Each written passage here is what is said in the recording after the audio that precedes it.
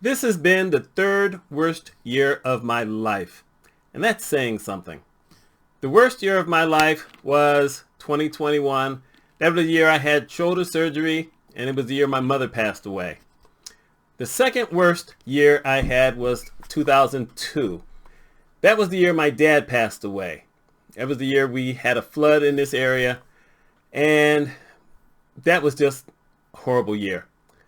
The third worst year of my life is this year because it was just a mentally rough year. Income dropped drastically. I've scrambled to pay bills.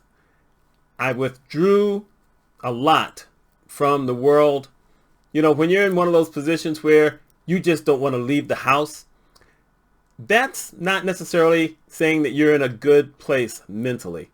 If I didn't have a grocery store that I share a backyard with that takes me less than a minute to get to, I probably would have left the house way less than I did.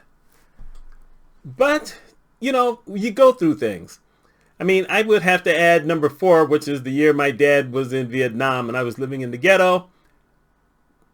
And the fact that it's lower on the list with everything else, it's just weird to look back on and see that. But this was a tough year. And, you know, it's not one of those kind of things that I would normally have talked about, but I need to talk about it. Because one of the things that I learned, which is very interesting, is that sometimes things happen for a reason that can make a horrible year turn into some moments of good things happening.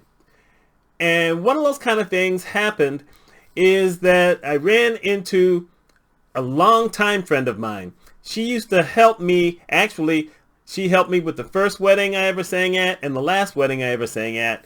Gave me some vocal lessons to hit some notes that I just wasn't ready for. So I ran into her. And I've known her for 20 years. So that's kind of scary. But there you go. That's just how life is. What did I say? 20? 40 years. Known her for 40 years. And she gave me some advice along the way, stuff that I just couldn't come to on my own, and gave me some encouragement, gave me some pushing. And I don't like being pushed to do certain things, but you know, I did some things and that helped me to get out of some major difficulties. So I have to thank her for that. Then I've got my friend Scott. Gotta thank Scott and his wife Mary. They were just so wonderful. They came through for me multiple times throughout the year when I wasn't really expecting it. And I really appreciate that as well. But that taught me that you can open up to other people. You know, grew up an only child. I spent a lot of time by myself. Even over all these years, you know, while I was married, I wasn't by myself until she left. But most of the time I spent by myself, and I held things on my own. You know, I wanted to just see if I could get through. I'm going to get through. I still have that, but sometimes you need to talk to other people. Sometimes you just have to open up a little bit. And I did that. I talked to some people, let them know that things weren't going perfectly for me, but you know, I'll be fine. I will get there. And it's just an interesting feeling. I know I'm not alone in this. This happens to a lot of people. I have met people or known people, still know people, who sometimes go through things like this. And if I find out about it, I've done what I could to help them in some ways. Sometimes all you just need is someone to talk to. Sometimes you just need someone to remind you of who you are and what your strengths are. You know, say, go do something that you usually like to do. You know, go for a walk.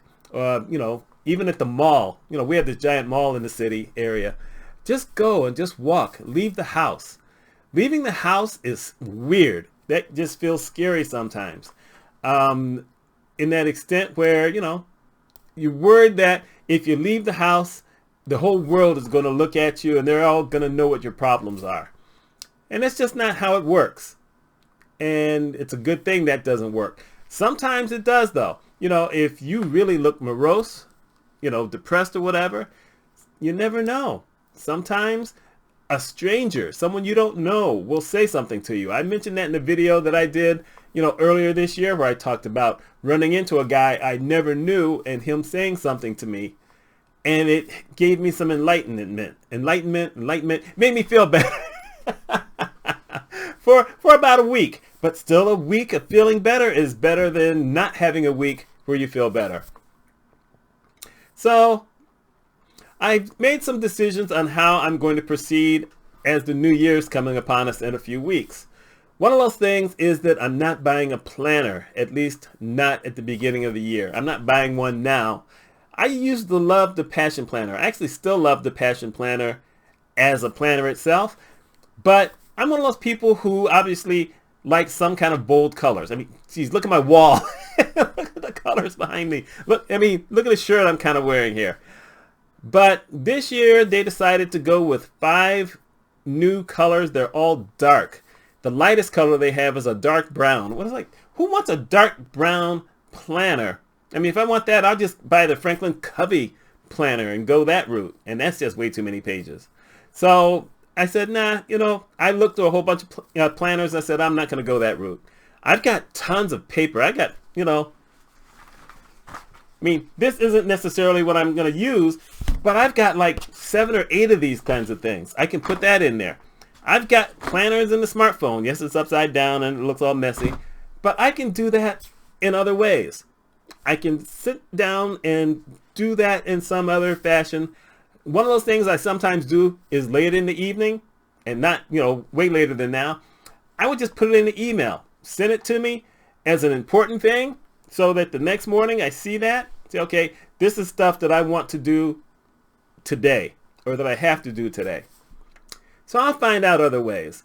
Yeah, it may seem that just not getting a planner because I don't like the colors is, kind of a prima donna thing. I don't care. I want what I want.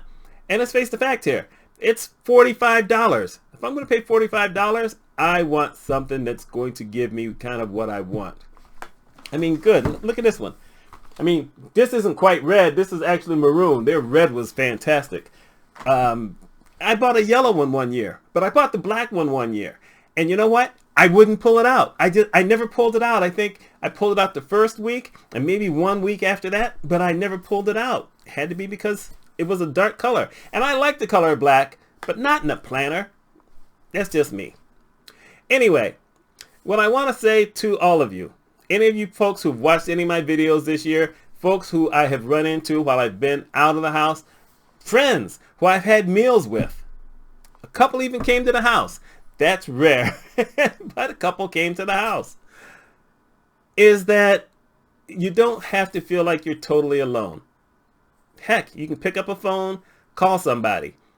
Or sometimes you have this thing where you put out something to the universe through your mind, through your inaction, and the universe happens anyway. That's kind of what the movie The Secret was all about. That's what the concept of the law of attraction is about. You're not thinking about it at the time that you're doing it, but somehow things just happen. So my goal for 2024 is to move forward, progress forward, talk to more people when I need to, and go for the gusto. What have I got to lose, right? What do any of us ever have to lose? So this is just my little ramble. I hope y'all have a wonderful holiday, Christmas, New Year's, whatever. And let's all be great in 2024. Y'all take care.